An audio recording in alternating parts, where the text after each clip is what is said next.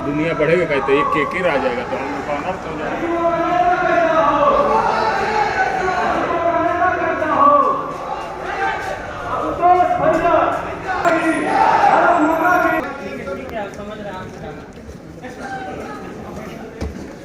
ए बिनू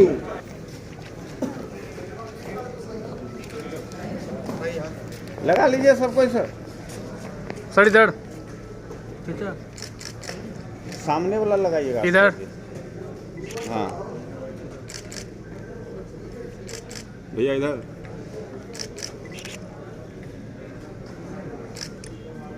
आइए ना भैया, हम व्हाट्सअप कर देंगे, फोटो मोबाइल आ जाएगा फ्रेंड में, हम कर देंगे, मेरा नंबर ले लीजिएगा। शुरू हो चुका है और हमारे अध्यक्ष जी के द्वारा इस मंच को संचालित किया मंच को सुशोभित किया जाएगा और हमारा कार्यक्रम सुचारू रूप से सुसज्जित हो चुका है। आशुतोष भैया, आशुतोष भैया, आशुतोष भैया, आशुतोष क्रांति, आशुतोष क्रांति।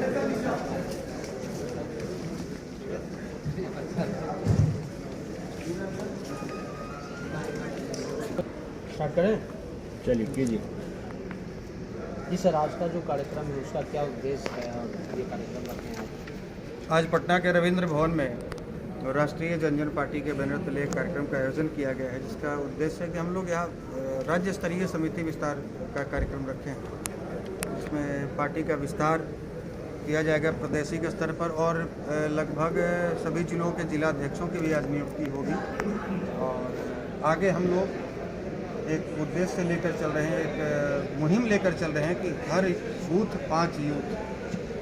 उसी मुहिम के तहत हम लोग अपना समिति का विस्तार कर रहे हैं, पार्टी के मजबूतीकरण और उसके विस्तारीकरण को लेकर हम बैठक करेंगे। जो सर राजनीतिक स्थिति बीते एक सप्ताह में बिहार में बदला, जो एक बार फिर से कहा जा रहा है कि जो पिछड़े नेता तो फिर से इकट्ठा हो गए, तो आप अपनी राजनीति कहाँ देखते हैं इस स्तर पर? देखिए, राजनीति तो संभावनाओं का चीज़ है और अवसर का चीज़ है। जिनको जहाँ मौका मिलता है वहाँ पर लोग सट जाते हैं, फिर मौका नहीं मिलता तो फिर हट जाते हैं। तो ये सटना हटना तो चलता रहेगा और सभी अपने अपने प्रयास में लगे रहते हैं, अपने अपने जुगाड़ में लगे रहते हैं कि हम सत्ता में कैसे आए और किस रास्ते आए। इसलिए उस पर हमें कोई टिप्पणी नहीं है। हमें करना है, हमारा जो उद्देश्य है कि हम अपने आप को इतना मजबूत करें, हम अपनी पार्टी को इतना मजबूत करें कि आने वाले समय में, चाहे वो 2024 का लोकसभा चुनाव हो, चाहे 2025 का बिहार विधानसभा चुनाव हो, चाहे वो कोई भी गठबंधन हो, चाहे एनडीए हो, चाहे महागठबंधन हो, हमें दरकिनार करके सत्ता में वापसी नहीं कर सकते। हम अपने मजबूतीकरण पर ध्यान दे रहे हैं, बजाय दूसरी पार्टी क्या कर रही है क्या नहीं कर रही है उस पर ध्यान दें। पिछले दिनों आप जो है बापू सभागार में कार्यक्रम था, तेजस्वी यादव वहाँ पहुँचे थे, तो जो उनके प्रति आपका प्रेम था या उनका प्रेम आपके प्रति था वो बना हुआ है या कुछ दूरियां हो गई हैं जो गठबंधन हुआ है नीतीश जी के साथ? जिन्हें नहीं, कोई दूरियां नहीं है और कोई व्यक्तिगत दुश्मनी तो किसी से है नहीं, ना ही तो नीतीश जी से है, ना ही तेजस्वी जी से और ना ही भाजपा वालों से है। और हमारा ये कहना है कि लोग अपने अपने व्यवस्था के हिसाब से, अपनी अपनी सुविधा के हिसाब से लोग कहीं भी किसी के साथ में समझौता करते हैं, लेकिन हम उसी उद्देश्य पर चल रहे हैं और हमारा एक ही एजेंडा है कि हम अपने आप को मजबूत करेंगे। बाकी बापू सभागार में तेजस्वी जी को बुलाने की बात रही तो हमने वहाँ पर जेडीयू के राष्ट्रीय अध्यक्ष माननीय ललन बाबू को भी आमंत्रित किया था। हमने वहाँ पर बीजेपी के भी कई शीर्ष नेताओं को आमंत्रित किया था। वहाँ पर कांग्रेस के प्रभारी भक्तचरण दास जी भी आए थे। तो जिन्हें लगा कि हमें उस कार्यक्रम में जाना चाहिए, जिन्हें भगवान परशुराम में आस्था थी, उन्होंने अपने मंच पर आकर अपनी आस्था दिखाई और जो नहीं आने की इच्छा जताए या जो नहीं आ पाए वो उनकी अपनी मजबूरी रही होगी, अपनी मर्जी रही होगी। 2025 के चुनाव के मद्देनजर आपकी पार्टी क्या कदम उठा रही है? देखिए, जितनी भी पॉलिटिकल पार्टियां भारत देश में बनी हैं, 4000 से अधिक पार्टियां इलेक्शन कमीशन की साइट पर आप जाएंगे तो रजिस्टर्ड हैं और तमाम पार्टियों का एक ही एजेंडा है कि हम चुनाव लड़ेंगे, हम सरकार बनाएंगे और हमारी सरकार जब बनेगी तो जो व्यवस्था परिवर्तन हम चाहते हैं समाज में, अपने राज्य में या देश में, वो व्यवस्था में परिवर्तन हम लाएंगे।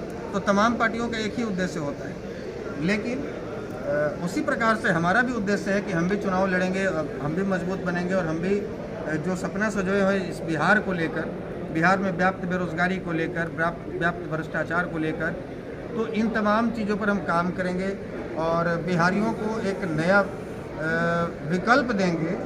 बिहार के 12 करोड़ जनता को, इस पर हम लोग काम कर रहे हैं और निश्चित रूप से 24 में भी कुछ लोकसभा सीटों को हमने चिन्हित किया है और 25 में लगभग सभी सीटों पर हम लोग उम्मीदवार उतारेंगे। 2020 में भी हम लोगों ने 47 सीटों से चुनाव लड़ा था सीटों पर, और आगे हम लोग, चूँकि उस समय मात्र 3 महीने पहले पार्टी की और अब तो 5 साल हम लोगों को काम करने का मौका मिला है, तो इन 5 सालों में हम मजबूत हुए हैं और भी आगे मजबूत होंगे और हम लोग प्रयास करेंगे कि तमाम सीटों से चुनाव। तेजस्वी यादव पहले ही महागठबंधन की ओर से महंगाई, बेरोजगारी, इस सब मुद्दों पर वो चुनाव लड़ने की तैयारी कर ही नहीं है और लड़ ही रही है, सरकार में भी आ गई। आप भी उसी मुद्दे को लेके आ रहे हैं, तो जनता उन्हें चुने, आपको चुने, किसे चुने? कुछ अलग तो करना चाहिए। देखिए जनता अब उब चुकी है, खास करके बिहार की जनता। यहाँ सबसे बड़ा यदि कोई मुद्दा है तो रोजगार, इससे बड़ा कोई मुद्दा नहीं है। आए दिन जो ट्रेनें यहाँ से भर भर कर जो भेड़ बकरियों बोरियों की तरह जो लोगों को, लेबरों को लेकर जा रही हैं, वो लेबर ढोने वाली ट्रेन बन गई है, जो सूरत जा रही है, पंजाब जा रही है, दिल्ली जा रही है। यहाँ से केवल लेबर सप्लाई हो रही है, यानी मजदूर पैदा करने वाली फैक्ट्री बिहार को बना दिया।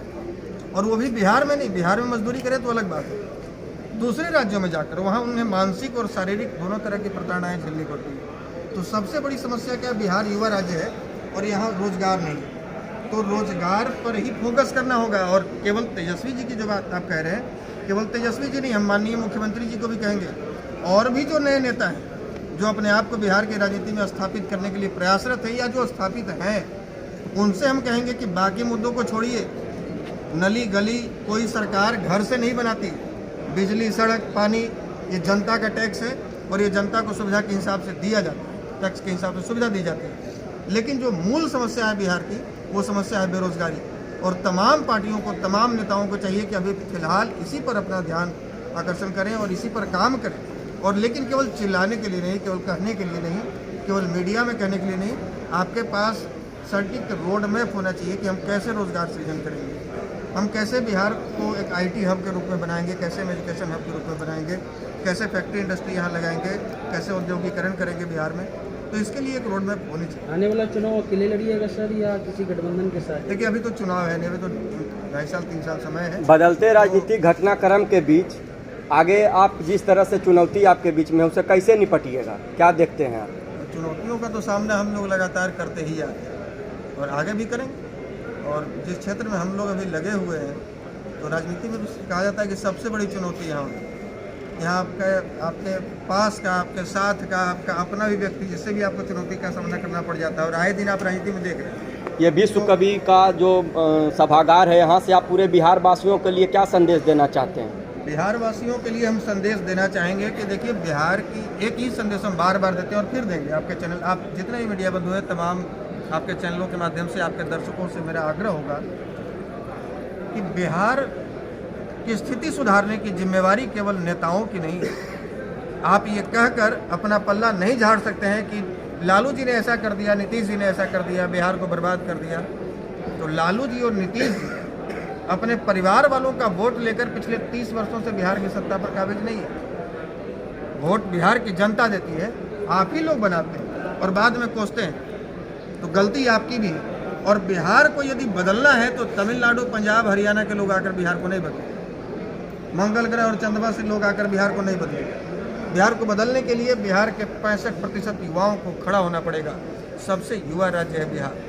जैसे तेज आंधियाँ चलती हैं तो सूखी पत्तियाँ उड़िया जाती हैं, वैसे ही यदि बिहार के 65% युवा चाह ले तो बेरोजगारी यूँ चुटकी में खत्म हो। आदरणीय सर, हर पार्टी, एक अंतिम सवाल ये है कि बोचहा उपचुनाव में आप जो है RJD के लिए वोट मांगने गए थे, तो क्या आने वाला भविष्य में RJD के साथ आपका कोई संबंध रहेगा राजनीतिक रूप से, या इसको यही समाप्त समझा जाए? देखिए, बोचहा उपचुनाव और एक जो आम चुनाव होता है, इसमें काफ़ी फर्क होता है। एक उपचुनाव होता है वो सांकेतिक, वहाँ पर होता है एक सीट से ना ही तो किसी की सरकार गिर रही थी और ना ही किसी की सरकार बन रही थी। लेकिन जिन पार्टियों को ये लग रहा था कि ये खास वर्ग, ये हमारा बंधुआ मजदूर है, ये कहीं जा नहीं सकता है, तो उन्हें एक संकेत था, उन्हें एक जवाब था कि हम आपके बंधुआ मजदूर ना कभी थे और ना रहेंगे। आप यदि हमें दरकिनार कीजिएगा, हमारी अनदेखी कीजिएगा, तो हम कहीं भी और किसी के साथ भी जा सकते हैं। बाकी बात रही भविष्य में किसी के साथ जाने की और नहीं जाने की, तो देखिए अभी से कुछ भी कहना अंधेरे में तीर चलाने जैसा है। चुनाव जब नज़दीक आता है तो सारी चीज़ें धीरे धीरे स्पष्ट हो जाती हैं, और हमारा साफ कहना है कि जो हमारे अधिकारों की बात करेगा, जो हमें उचित भागीदारी देगा, हम उसके साथ मिल जाएंगे। लेकिन जिस तरह से जेपी नड्डा आए थे, अब बोल रहे थे कि छोटे छोटे पार्टियों को खत्म किया जाएगा, इस पर क्या कहना चाहते हैं? हाँ, तो अमेरिका में भी तमाम पार्टियों को ख़त्म करने जा रहे हैं, इंग्लैंड के भी, रसिया के भी तमाम पार्टियों को ख़त्म कर रहे हैं। पूरे विश्व में केवल भाजपा ही रहेगा जेपी नड्डा के हिसाब से। हाँ, तो यही चाहते हैं। और दूसरी पार्टियों के लोग यदि गर्दन उठाएंगे, उनके खिलाफ बोलेंगे, तो उनके घरों पर ईडी का छापा मरवाएंगे, सीबीआई का छापा मराएंगे। इनके प्रधानमंत्री जी मन की बात करते हैं, हम लोग मन की बात नहीं करते, हम लोग जन की बात करते हैं, राष्ट्रीय जनजन पार्टी। तो हम लोग जनता के बीच में, जनता ही ने उनको बनाई है, जनता तय करती है ना कि भारतीय जनता पार्टी का कद कितना बड़ा होगा या दूसरी पार्टियों का कद कितना बड़ा होगा। तो जेपी नड्डा जी और अमित शाह जी के चाहने से नहीं होगा, ये देश की जनता चाहती है तब होता है।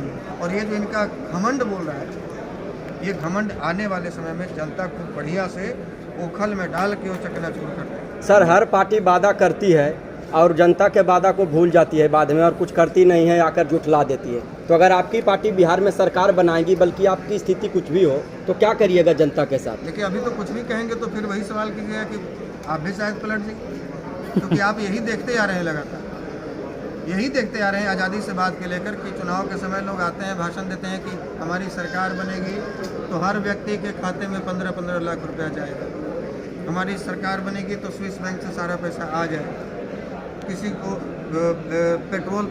पेट्रोल हो जाएगा 70 रुपये लीटर, गैस हो जाएगा 450 रुपये। फिर भी जनता क्यों वोट दे रही है, उन्हीं को चाह रही है? होता क्या है, तो आज जो केंद्रीय स्तर की राजनीति है खास करके, उसमें लोग विकल्पहीनता की वजह से लोग चुन रहे हैं। लेकिन क्या है कि तमाम जो दलें जो समाज में धर्म के आधार पर, जात के आधार पर भेदभाव करके राजनीति में अपनी कुर्सी बचाने वाले या कुर्सी बनाए रखने वाले लोगों के खिलाफ जो लोग खड़े हैं, उन्हें सम्मिलित होने की ज़रूरत है, एक साथ आने की ज़रूरत है। और जब वो एक साथ आएंगे तो निश्चित रूप से ऐसी शक्तियां हारेंगी जो केवल नफरत की राजनीति करके आज देश पर राज कर रही हैं। धन्यवाद। धन्यवाद।